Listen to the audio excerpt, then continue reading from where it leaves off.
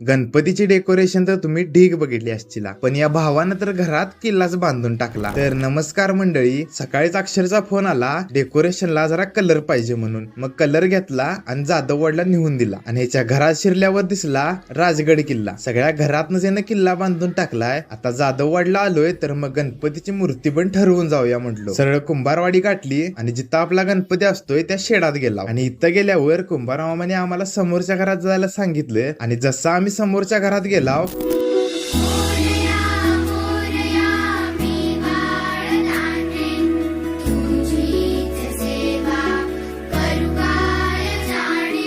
आणि इथं आमचा सगळा गोंधळच उडाला, कारण आम्हाला यातली एक मूर्ती ठरवायची होती. तर इथल्या सगळ्याच मूर्त्या खतरनाक दिसायला लागलेल्या. श्रीमंत दगडूशेठ आणि लालबागचा राजा या दोन मूर्त्या मला पसंत पडल्या, पण यातली एकच ठरवायची होती. मग कुठलाच विचार न करता आपली मानाची श्रीमंत दगडूशेठ मूर्ती ठरवून टाकली. मंडळाच्या मूर्त्या काय रंगवायला सुरुवात झाली नव्हती. आमच्या घरातली मूर्ती ठरवून झाली, पण आता एवढा मोठा किल्ला ज्यानं बांधलाय तो म्हणजे आपला अक्षर. ह्याच्या घरातली मूर्ती तर बघायलाच पाहिजे. आणि ह्यांच्या पण घरातली मूर्ती त्या डेकोरेशनला साजेशी आहे, ती म्हणजे छत्रपती शिवरायांच्या रूपातली मूर्ती. आणि सगळी कुंभारवाडी फिरून झाल्यानंतर परत आपण आलो जाधववाडीला. परत येऊन बघितलं तर किल्ल्याच्या तटबंदीवर रेषा मारायच्या राहिलेल्या. मग आम्ही दोघांनी पण ब्रश उचललेत आणि रंगकामाला सुरुवात केली. आणि किल्ल्यावर रेषा मारत मारत कवा संध्याकाळचं 7 वाजलेत कळलं पण नाही. आता एवढा वेळ झालाय म्हटल्यावर अक्षर का आपल्याला बिन जेवता सोडणार नाही. मग अक्षरच्याच घरात जेवण केलं आणि परत आलो आपल्या घरला. आणि ह्याचं सगळं डेकोरेशन पूर्ण झाल्यावर आपण त्याच्या डेकोरेशनवर पण एक व्हिडिओ करूया. तर मग लवकरच भेटून नवीन एका व्लॉग मध्ये. तोपर्यंत लाईक करा, शेअर करा आणि फॉलो करून टाका.